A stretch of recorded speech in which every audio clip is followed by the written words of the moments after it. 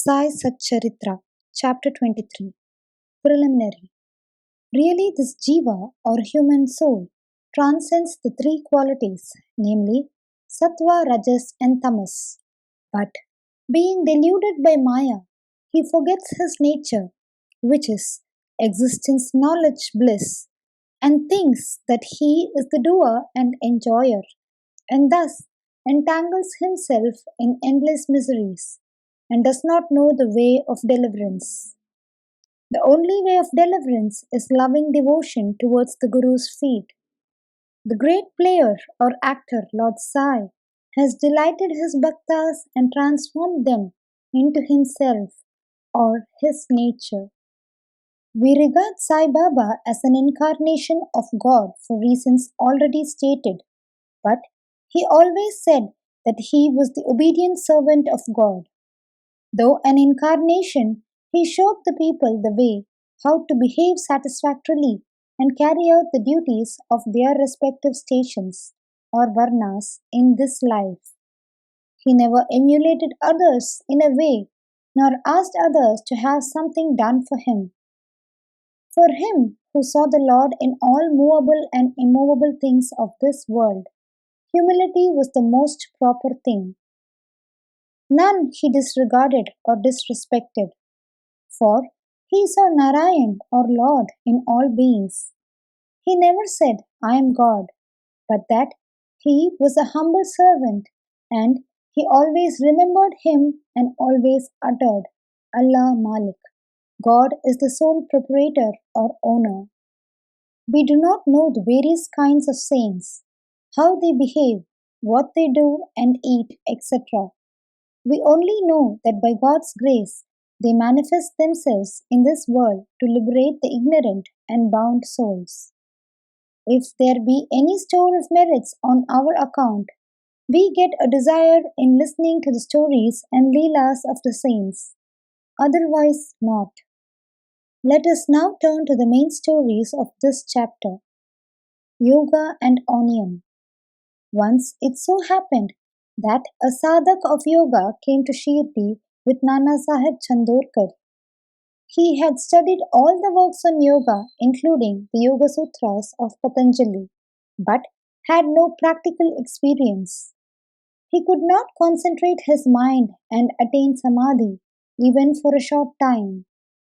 He thought that if Sai Baba be pleased with him, he would show him the way to attain samadhi for a long time. With this object in view, he came to Shirdi, and when he went to the masjid, he saw Sai Baba eating bread with onion. On seeing this, a thought arose in his mind. How can this man, eating stale bread with raw onion, solve my difficulties and help me? Sai Baba read his mind and said to Nana Sahib, Oh Nana, he who has the power to digest onion should eat it and none else. Hearing this remark, the yogi was wonderstruck, and then he fell at Baba's feet with complete surrender. With pure and open mind, he asked his difficulties and got their solution from Baba. Thus, being satisfied and happy, he left Shirdi with Baba's udi and blessings. Shama cured of snake bite. Before Hemadpant begins this story, he says about the jiva that it can be very well compared with a parrot, and that they both are bound, one in the body and the other in a cage. Both think that their present bound state is good for them. It is only when a helper, that is, Guru comes and by God's grace opens their eyes and liberates them from their bondage, that their eyes are opened to a greater and larger life, compared to which their former limited life is nothing. In the last chapter, it was shown how Baba anticipated the calamity that was to befall on Mr. Mirikar and rescued him from it. Now, let the readers hear a story grander than that. Once, Shama was bitten by a poisonous snake. His little finger of the hand was stung, and the poison began to spread into the body. The pain was also severe, and Shama thought that he would pass off soon. His friends wanted to take him to the god Viroba, where such cases were often sent. But Shama ran to the masjid, to his Viroba, Sai Baba. When Baba saw him, he began to scold and abuse. He got enraged and said, "Ho vile, Bhaturdya, priest, do not climb up. Beware if you do so." And then roared, "Go, get away, come down." Seeing Baba thus red with wrath, Shama was greatly puzzled and disappointed. He thought that the masjid was his home and Sai Baba his sole refuge. But if he was driven away like this, where should he go? He lost all hope of life and kept silent. After a time, Baba became normal and calm when Shama went up and sat near. Then Baba said to him, "Don't be afraid. Don't care a jot. The merciful fakir will save you. Go and sit quiet at home. Do not go out. Believe in me and remain fearless, and have no anxiety." Then he was sent home. Immediately afterwards, Baba sent Tatya Patil and Kaka Sahib Dikshit to him with instructions to the effect that he should eat what he liked, should move in the home, but should never lie down and sleep. Needless to say that these instructions were acted upon and Shama got all right in a short time. The only thing to be remembered in this connection is this. The words of Baba or the 5-syllable mantra, namely, "Go, get away, come down," were not addressed to Shama, as it apparently looked like, but they were a direct order to the snake and its poison not to go up and circulate through Shama's body. Like others well versed in Mantra Shastra, he had not to use any incantation, charged rice or water, etc. His words only were most efficacious in saving the life of Shama. Anyone hearing this story and other similar ones will beget firm faith in the feet of Sai Baba, and the only way to cross the ocean of Maya is to remember ever the feet of Baba in the heart. Cholera epidemic. Once, cholera was raging virulently in Shirdi. The residents were much frightened and they stopped all communication with the outside people. The panchas of the village assembled together and decided upon 2 ordinances as a remedy to check and put down the epidemic.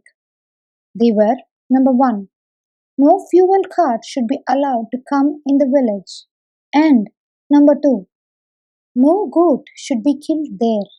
If anybody disobeyed these ordinances, they were to be fined by the village authorities and panchas.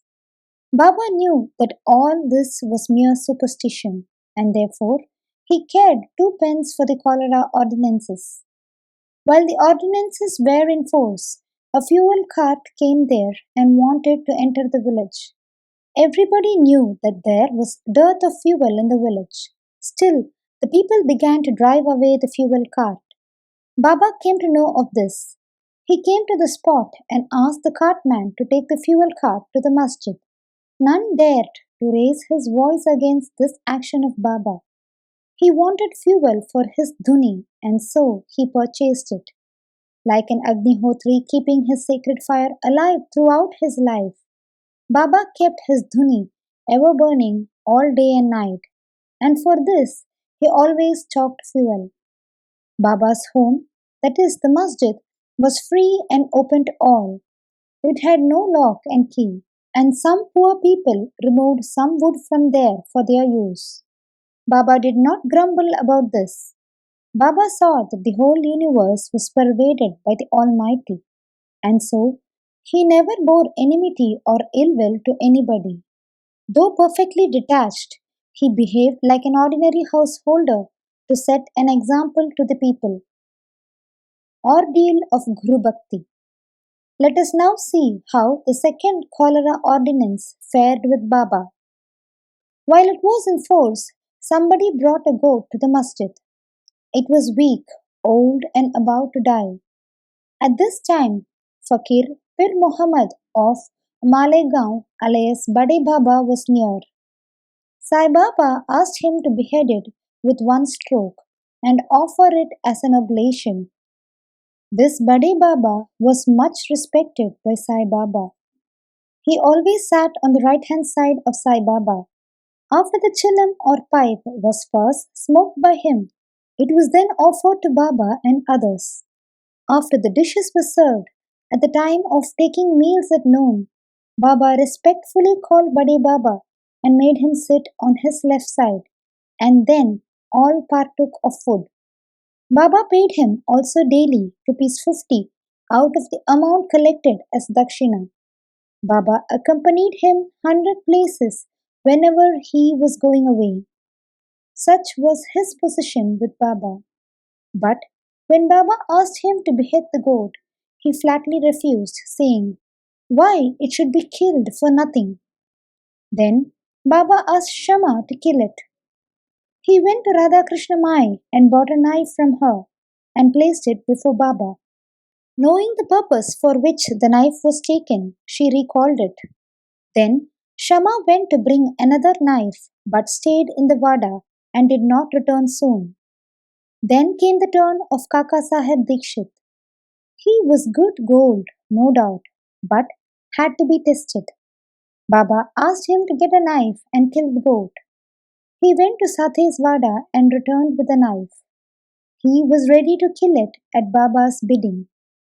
He was born in a pure Brahmin family and never in his life knew killing.